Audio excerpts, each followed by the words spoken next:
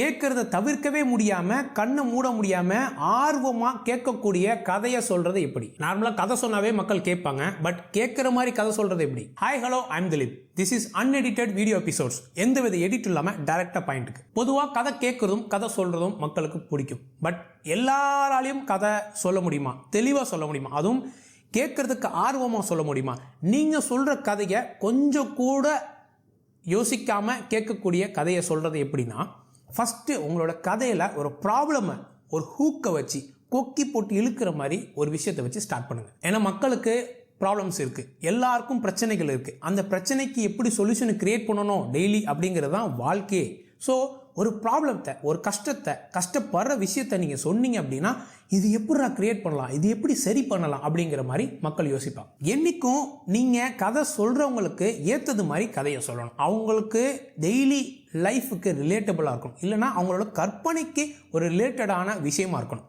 அப்படி சொல்ல வர விஷயத்த அவங்களுக்கு எமோஷ்னலாக நீங்கள் சொல்லணும். உப்பே இல்லாமல் சவன்னு சப்புன்னு இருக்கிற விஷயத்த நீங்கள் சொன்னீங்க அப்படின்னா அது எடுபடாது. ஸோ என்றைக்கும் உங்களோட எமோஷனல் லெவலை நீங்கள் கொஞ்சம் இன்க்ரீஸ் பண்ணி உங்கள் கதையில் வர அந்த கேரக்டரோட எமோஷனல் லெவலை இன்க்ரீஸ் பண்ணி சொல்லணும். இது நாவலில் உள்ள கதையாக இருக்கலாம், இல்லை சினிமா படத்தில் உள்ள கதையாக இருக்கலாம், இல்லை உங்களோட சொந்த வாழ்க்கையில் நடந்த சில ஈவெண்ட்ஸாக இருக்கலாம், இல்லை வேறு ஒருத்தர் வாழ்க்கையில் நடந்த விஷயத்தை நீங்கள் தெளிவாக ஒரு கதை மாதிரி சொல்லலாம். சின்ன சின்ன சென்சரி டீட்டெயில்ஸை நீங்கள் யூஸ் பண்ணுங்கள். ஒரு கதையில் உள்ள விஷயத்தை மேம்போக்காக சொல்லிட்டு போகாமல் சில நாவல் ஆசிரியர்கள் என்ன பண்ணுவாங்க அப்படின்னா, உள்ளே இருக்கிற சின்ன சின்ன விஷயங்களை சொல்லுவாங்க. நீங்கள் பொன்னியின் செல்வன் கதைகள் புத்தகங்களை படிச்சிருந்தாவே தெரியும். அவர் ஆசிரியர் கல்கி எப்படி என்ன பண்ணுவார் அப்படின்னா, ஒரு மண்டபம் இருக்குது, இல்லை அதை சுற்றி ஒரு குளம் இருக்குது, ஒரு ஆறு இருக்குது, ஒரு ஏரி இருக்குது, ஒரு படகு போகுது, ஒரு பெரிய அரண்மனையை காமிக்கிறேன், ஒரு தெருவை காமிக்கிறேன் அப்படின்னா, அந்த இடத்துல உள்ள சின்ன சின்ன டீட்டெயில்ஸை பற்றி சொல்லிக்கிட்டே வருவார். நீங்கள் பெரிய ஹாலிவுட் படத்தில் உள்ள லார்ட் ஆஃப் ரிங்ஸ் படங்களாக இருக்கட்டும், இல்லை ஹாரி பாட்டர் படங்களாக இருக்கட்டும், சின்ன சின்ன டீட்டெயில்களில் அவங்க கான்சென்ட்ரேட் பண்ணதுனால தான் அதோட பிரம்மாண்டம் நம்மளுக்கு தெரிய வந்துச்சு. ஸோ சென்சரி டீட்டெயில்ஸை நீங்கள் விட்டு கொடுக்காம உங்கள் கதையில் இன்க்ளூட் பண்ணணும். ஸோ டைலாக்ஸை யூஸ் பண்ணணுங்க.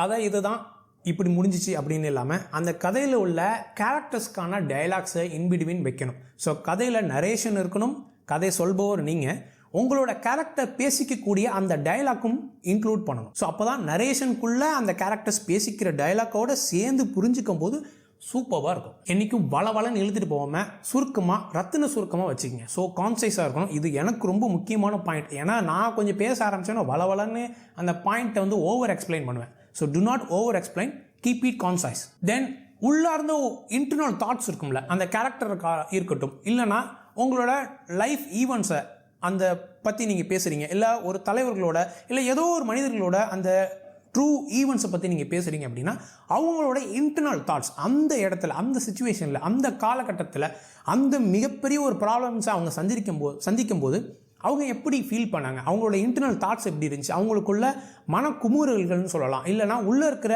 அந்த மனசுக்குள்ளேயே பேசிக்கக்கூடிய அந்த விஷயங்கள் எப்படி இருந்துச்சு அப்படிங்கிறத நீங்கள் ஷேர் பண்ணும்போது, ஸோ அந்த கேரக்டரோட அந்த ப்ராப்ளமை சந்திக்கும் போது அவர் எமோஷ்னலாக என்ன ஃபீல் பண்ணார், எப்படி அதை எதிர்கொண்டார் அப்படிங்கிற விஷயம் அந்த மனிதர்களுக்கு, கதை கேட்குறவங்களுக்கு போய் சேரும். தென் இந்த கதையில் ஒரு ரிலேட்டட் கேரக்டர்ஸை கிரியேட் பண்ணுங்கள். அது கதை கேட்குற மனிதர்களுக்கு சம்மந்தப்பட்ட விஷயங்களாக இருக்கலாம், இல்லை வேறு ஏதாவது மாணவர்களுக்கு நீங்கள் கதை சொல்கிறீங்க அப்படின்னா, அந்த கதையில் ஒரு ஸ்டூடெண்ட்ஸ் வராங்க அப்படின்னா அவங்களுக்கு அந்த ரிலேட்டடான கேரக்டர்ஸை நீங்கள் க்ரியேட் பண்ணும்போது இன்னுமே போய் சேரும்.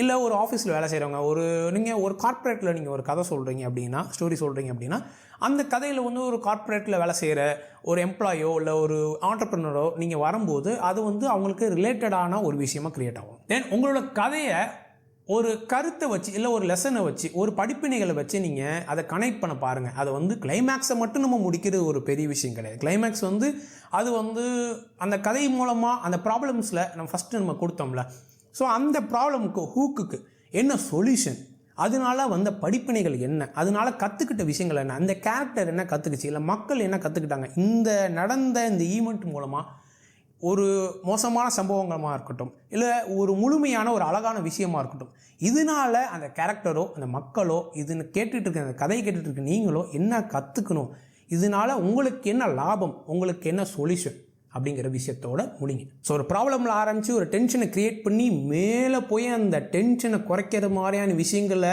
எமோஷ்னல் லெவலில் செஞ்சுக்கிட்டே கடைசியாக கிளைமேக்ஸோட படிப்பினையோடு முடிக்கும் போது கதை சூப்பராக இருக்கும். ஸோ இப்படி ஒரு கதையை கிரியேட் பண்ணி, ஒரு கேரக்டர்ஸை கிரியேட் பண்ணி, டயலாகை கிரியேட் பண்ணி, இன்டர்னல் தாட்ஸை இன்க்ளூட் பண்ணி நீங்கள் ஒரு கதை சொல்லும்போது கண்டிப்பாக ஸ்கிப் பண்ணாமல் அந்த வீடியோவோ இல்லை கதையோ கேட்பாங்க. ஸோ இந்த வீடியோ பிடிச்சிருந்துச்சுன்னா அந்த லைக் பட்டனை தட்டி போடுங்க. சப்போர்ட் பண்ண நினச்சிங்கன்னா சப்ஸ்கிரைப் பண்ணுங்கள். இந்த மாதிரி இன்னொரு வீடியோவில் உங்களை சந்திக்கிறேன். Bye bye.